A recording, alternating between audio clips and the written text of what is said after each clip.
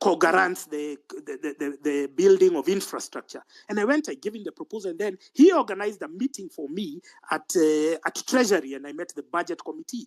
And I remember going, and I was very young. It was around 2008. And I remember going there. I was just finding guys. It was like Muhindis and it was just foreigners who were there, who went to give their budget committee. But I went, I spoke to them. And instead of doing my project the way I had presented it, because it would have created a lot of jobs for the young people and we wouldn't be having the problem today, what did they do? They passed a law using my proposal where every constituency got 1 million shillings for football. I'm seeing some MPs who are in office at the time. They will tell you they got 1 million shillings for every constituency for football.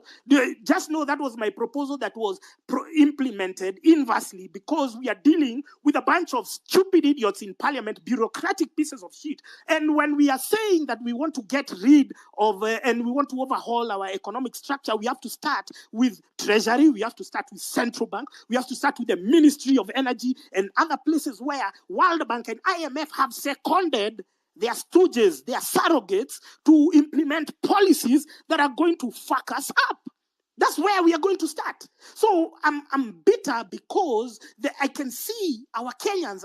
I saw Bonnie Kalawale with some young people, and he's the one who has been there with Akina Kidero and Akina Waluke. They were destroying the sugar subsector. And so we are dependent on importation. Like now there was this Galana Kulalu, which has consumed a lot of money.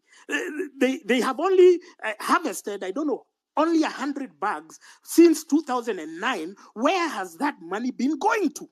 These are glaring corruption undertakings by the people who you then now come to worship in church. They come and donate money. They come with words of cash. And you guys are just there worshiping them. You guys are there worshiping them because they are driving big cars. You have to understand that our oppression is intertwined with the current political establishment. So we need to overhaul everything. I saw some of you useless bastards. You have no shame and you are saying Matiang'i. Matiang'i is the scandals. He's been there in the Roraka land scandal. He created this CBC, which has messed us up, and you are there without any honor or shame saying, yeah, Matiang'i, because you've been paid a few shillings. Come on, man. The same way we are dealing with Osama because of betrayal is the same way we are going to be dealing with you when you're making some psychotic and deluded proposals like Matiang'i for presidency. We're not moving behind. We are moving forward. This whole thing is one big charade.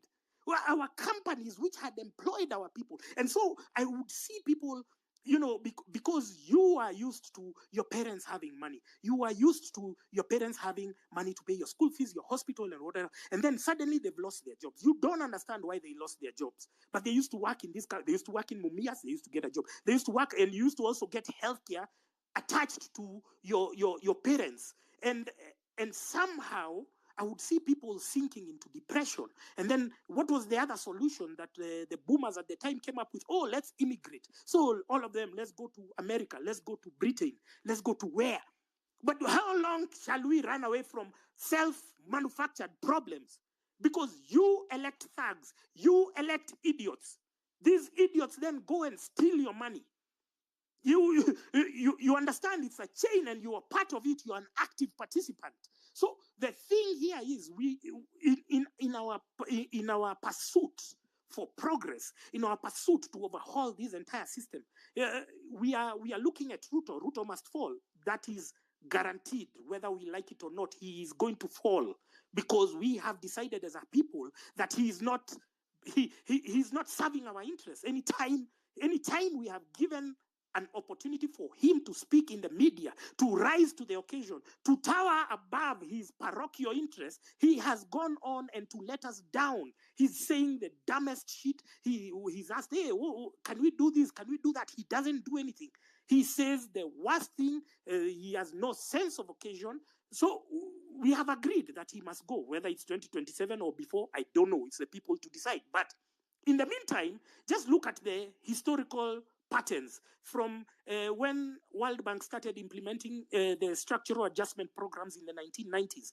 The people who grabbed our companies So when we are talking about audit, and I saw some audit committee made, it's just a mockery. These guys are insulting our collective intelligence. That those guys, they've put the most irrelevant of guys, they put the most useless of guys, because any committee that is talking about an audit without Okia Omtata and Jimmy Wanjigi is just a spectacular waste of time. So because we have detected the insincerity of these useless bastards, they have no intention of even meeting any of our requirements, because they have not done anything so far. They are talking about reshuffling, and we are saying all these CSs, PSs, heads of department, all of them need to go, because they are not ready to undertake such a purge. Then you structure your mind into a reality, a future, whether it will be 2027 and beyond, that we are overhauling the entire establishment. And when we are auditing, we are not just auditing the loans that Uhuru stole, because Uhuru must have stolen like 4 trillion shillings alone. We are not just auditing that. We are auditing where the problem started, and the problem started at the turn of the 80s to the 90s, where they grabbed our parastatals, which had employed our parents. Our industries, flagship industries, collapsed because of what? Tourism used to earn us foreign exchange. Coffee used to earn us foreign exchange. Pyrethrum, Sisal, everything, textile industry, nothing, everything was collapsed, so that we can favor a bunch of useless bastards called importers. And those importers, sorry, Amerix, give me 1 minute. Those importers are the ones who are the authors. They are the orchestrators of our misfortune as Kenyans. And we must, because they have the power to influence policy, they have the power to influence laws. Your MPs go to the toilets, they are bribed with 10,000 shillings. Can you imagine a member of parliament being bribed with 10,000 shillings? He's on a payroll of 1 million. He has fuel allowance, he has everything, and he's being paid 10,000 shillings in the toilets of parliament to change the laws that is going to affect you. Come on, I'm going crazy over here. Sorry, Amerix. I apologize if I went overboard. I'm sorry. It's a citizen assembly, so you are allowed to say whatever you want to say. Our common goal is one, our spirit is one, that we must overhaul the establishment. We must drain the swamp, because the swamp has been infested by crocodiles, pests, snakes. If there are people we need to pray for, they're the Kenyan journalists. The other day, I was reading an article that journalists at Standard have not been paid for 8 months. It is really, really heartbreaking. You can imagine a journalist is supposed to wear very good clothes. He or she must wear a very friendly face, so that they can come on your screen and give you a story of a politician stealing money. And this journalist has nothing in the house, has not paid rent, doesn't know how they will go back. They have a car, yes, but they will park that car at their company parking lot. Then they will pick a matatu, go to the house. The other day, a journalist committed suicide. And we kept on asking ourselves, how can a journalist commit suicide? They look like they are happy. They go everywhere. They fly abroad. But the people who are facing the brunt of this economic decline, they are the journalists. And if a journalist is not empowered economically, they will not tell the true story. We might bash them. We might say all that we have about journalists and what they write. But just take time and sit with one. We'll cry. 8 months without a salary. And you expect that journalist to come in the morning, sit in a radio station, and tell the stories of the country. That is not possible. Our economy is declining. And as a people, if we don't stand up for our economy, we are done. Because it appears our president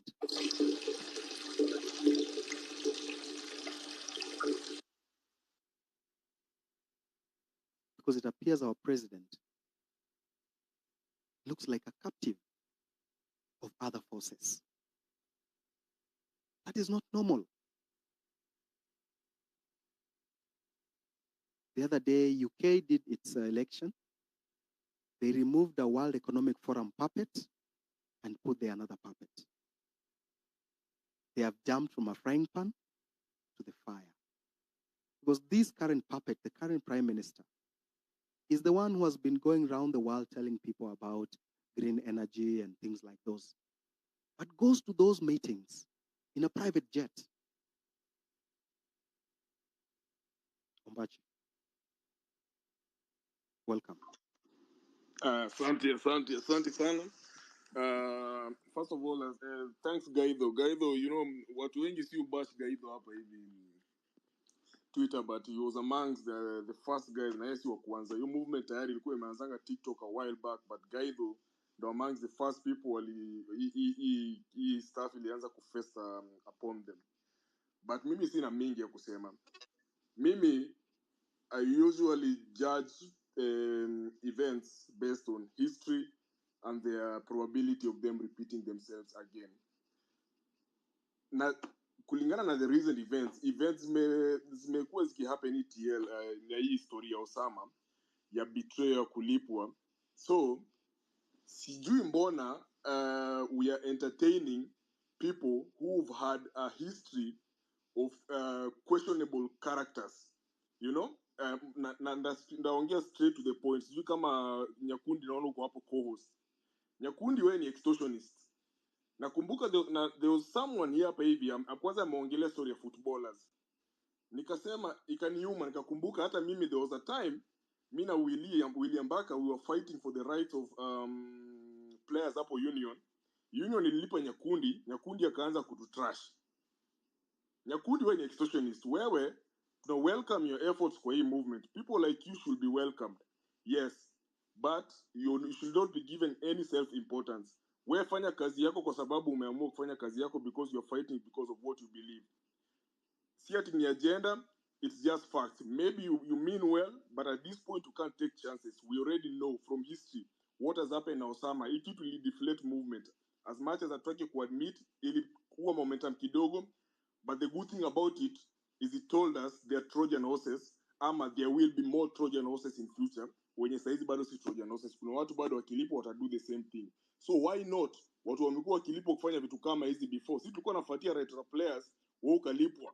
Ukaanza hiyo time hata hatuko Twitter. Tunaingia Twitter hivi unaingia mtu anafungulia Twitter na kuambia Nyakundi anasema hii nini. Hiyo tunajua tu ni Union ilikulipa. Na after stories zilisha down, God ili change Union, watu the same walikulipa na walituambia. So when sell out. Hata hii cost juu umepatiwa cost ya nini hapa hivi. This is what is wrong with our society. Tunajifanya tunafaitia what is right, but the same people who are fighting for what is purported to be right are not right. Nyakundi, wewe na Alai kaeni kando. Nyinyi mko group moja. Kama mnapigana for what is right because it's right, it's good, we welcome you. But we won't waste our time and resources watching you guys while you're on our safe side. Heri tujue nyinyi ni wabaya hata kama mnafanyia kitu mzuri. Tukipatana huko mbele tukisha achieve goals zetu, tutakaa chini to celebrate pamoja. Lakini as for now, the movement tuache kupatia people who've had a history of being turncoats and audience. Tafadhali, mimi hata sina hati advice mingi. Mimi sasa ni kuambiana tu ukweli hapa hivi. Moving forward, kama mtu amekuwa na issue integrity, na integrity ndo one of the things, corruption ndo ati tuko kwa street watu wanakufa tunaandamana. Wewe kazi yako ni kupatiwa pesa na politicians, unakanyagia stories zenye zingetusaidia mpaka hatungefika penye tuko hapa hivi. Alafu kwa hapo unataka kujifanya tunafaitia watu. Sikuchukii by the way, mimi hata grudge, mimi siyekangi grudge. Mimi ni mtu ucheka tu na inaisha. Cause najua ndakupata hapa mbele na nimekupata leo. So, stop the pretense. Hata jitoe tu co-host, wewe usikize kama watu wengine. Enda maandamano kule tiagas kama raia kawaida. Wacha kujifanya leader. You are not a leader. You are a sellout. Mr. Ombachi, it's very Si mnasema ni ukweli tunataka kuambiana. Forum into you know, this is a public forum, but It's you're a public forum. Sijamaliza kuongea basi. if you want to make personal attacks, we can. It's not personal attack. It's history. It's facts. Unaweza dig kwa tweet zake uzipate. Mimi sijui. But if you want to talk about, I think everyone here who has been on this platform over the years, they know that my history on this platform and any other platforms. Kwani nani anaongea huni Amerix? Unajua Amerix sijai kuwa co-host hata watu na mwache kutumia DM siju kuwapatia watu mic. Everyone knows my history on this platform. No, I'm listening. I'm listening. Mimi siongei. I'm just listening. It is a citizen assembly. I don't know how you want to sort it. Sauti yako inakuanga hivi. Jana sisikia kwa space. Nimekuona tu kwa space nikasema hapana. Hawa ndo watu wanatumislead. Hawa ndo the new Osamas. Yes. You're a very... It will happen before it will happen again. Na mimi nimewaambia. All right. I'm listening. Go on, Ombachi. You need to finalize. Oh yeah, sikuwa na mingi, nilikuwa nawaambia we should watch the thing, and the easiest way ni vile tulisema hiki kitu ni leaderless. Tuache kujipatia self importance ati we are hosting a space with Amerix nini. Lakini the most valuable point nimesema, let us have people on our side. Let us judge them the way we want to judge the politicians that we are saying we want to kick them out. The way we are judging Sudi, the way we are judging Murkomen, the way we are judging anyone, other the way people have already judged Sifuna today based on a history that's 30 minutes old. Kama ni hivyo, democracy cuts both ways. Tukue honest with each other. Me, I'm a truthful, honest man. Tukue honest with each other. Me, I'm not a good person or the best person or whatever. But the thing is, I know I'm honest. Chenye itakuja kwa mdomo, nitasema akili kiprocess. Kama ilikuwa mbaya ndakuambia pole baadaye. Na tutaelewana, maisha itaendelea. So those are facts. Mimi chenye nasema, Nyakundi, wewe ni sellout, unatuenjoy. Wewe ukilipwa saizi, wewe utatugeuka. Mwache kudanganya. Ni kama alai. Alai ujue kuna space. Sijui kama kuna mtu hapa alikuwa kwa hiyo space. Nilianza kuongea hivi, nikaanza kuongea, nikaanza sasa kuchachisha watu wakaanza kuchachisha. Kumbe jamaa alininyongea space, nimechangamka, nimeongelesha mosquito 30 minutes. Ndo nashangaa. Na hii hata nikiangalia TL hata sioni nini inaendelea hapa hivi. Kumbe jamaa alishaninyongea. Alafu kesho yake ndo unakuja kuona jamaa na tweet vitu zingine hot and cold. Ndo nikaangalia hivi nikasema huyu jamaa ni sellout. Hata nikaanza kujiuliza nini mbaya. Mpaka watu hata I don't agree with them. Mtu kama Asamo. Ndo nikauliza Asamo bana, huyu jamaa wenu kwani anakuangaje hivi? Because mimi alai mimi sikuwa najua history yake. Nyakundi mimi nilijua kwa sababu yeye alilipwa atanishi jina yetu. Kuna hizi hata ukiingia kwa tweet zake utapata kama haja delete. So mimi sina mengi ya kusema, ni kupoint out makosa. Mimi niko kama mtu mwingine kwa hii movement. Natokea kwa street na do my part, lakini nikiona makosa yote mahali, whether uko juu ama uko chini, enye niko in a position ya point out, I will point it out. Ndio isikuje kutubite tuko mbele, alafu nianze kusema by the way nilikuwa najua hii story ati watu wanakuja wanaanza kusema huyo tulikuwa tunajua ni sellout. Mbona huku tuambia? Wewe basi pia wewe even you are a sellout. So mimi sina mengi ya kusema, ni hayo tu, na I think ni hiyo tu nimesema. Ukiniwekeka hapa hivi utapata zingine. Asante sana Deno. Nashukuru sana. Thank you for joining. Are you still in China? Niko China mazee, na hapa ni 3:30 na bado silali. Hii space hii ni hadi kesho. Asante. Now let me go to Willis. In fact, hata niongeze vile niko hapa, hii story ya my youth imeniudhi. As in, ukiona the way the youth are supported here by Gava. As in, Gava inafanya everything. I will tell you for free, for a fact. As in, hii job ya influencer nafanya, I've been more than blessed enough. Nimemanage kutoka hiyo cocoon ya local kufanya, of which bado nafanya, but I've been able to work with lots of embassies na governments, Turkey, Italy, nini Thailand. Kitu kama kupush tu chakula, kitu kama pad thai, the reason why is the most exported food in the world. The reason why Thai restaurants are the most exported restaurants in the world go, I think over 30,000 in the world. It's because the government will push it. Government ilikuwa inapatia hadi incentives.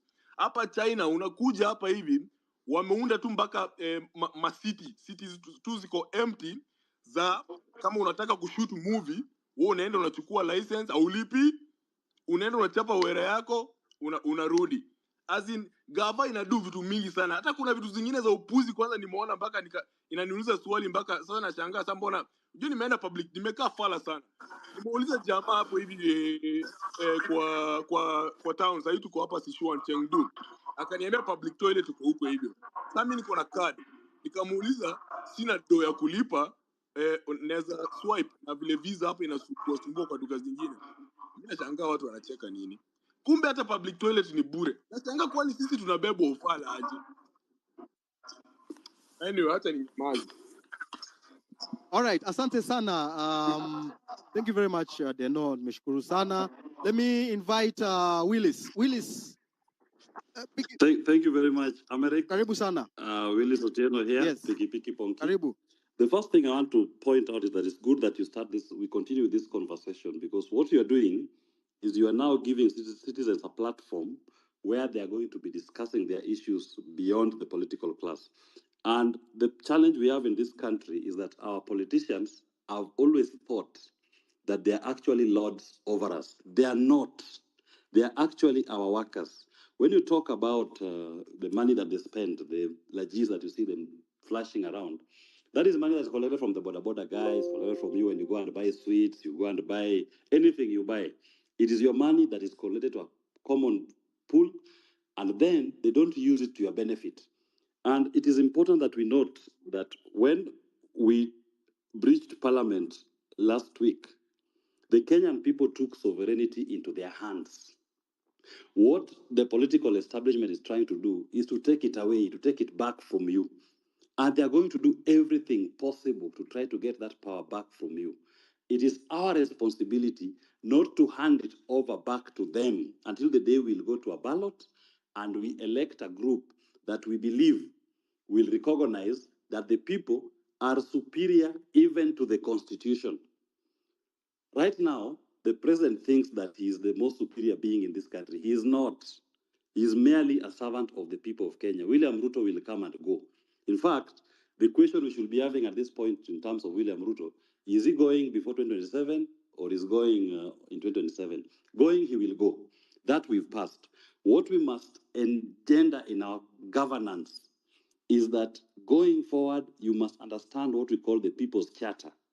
And that People's Charter, I normally summarize it to be one thing.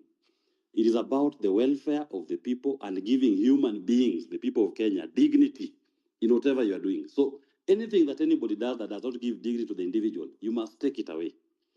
I've had the conversation about some within the space who will betray the movement.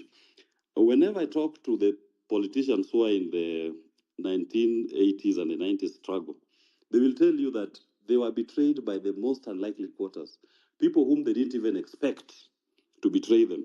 Allow me just to give an example, for example, of Raila Odinga, who once mentioned one of the people who, when he sent an emissary to pass a message that he was in detention, that emissary, when he reached to a close relative, the close relative told the emissary, never come back to me with a message from Raila Odinga. And that is his close relative. He disowned him because he feared for himself. There are others who also decided to sell their fellow detainees just because you are offered 10,000 Kenya shillings, 100,000 Kenya shillings. So we will expect also in this particular quest, there are so many people in this space who will sell the movement for personal gain. But I assure you, what we are going through, there is nobody in Kenya who has ever gone through this process. In the sense that it is now the people of Kenya in their collective without a leader who are determining their future. And that future is premised on going forward. Our governance will be about us, not about the people we put in office. And anybody assuming that office, anybody who's going to be paid to betray this cause, I'm not cursing you, but I am promising you, you shall fail.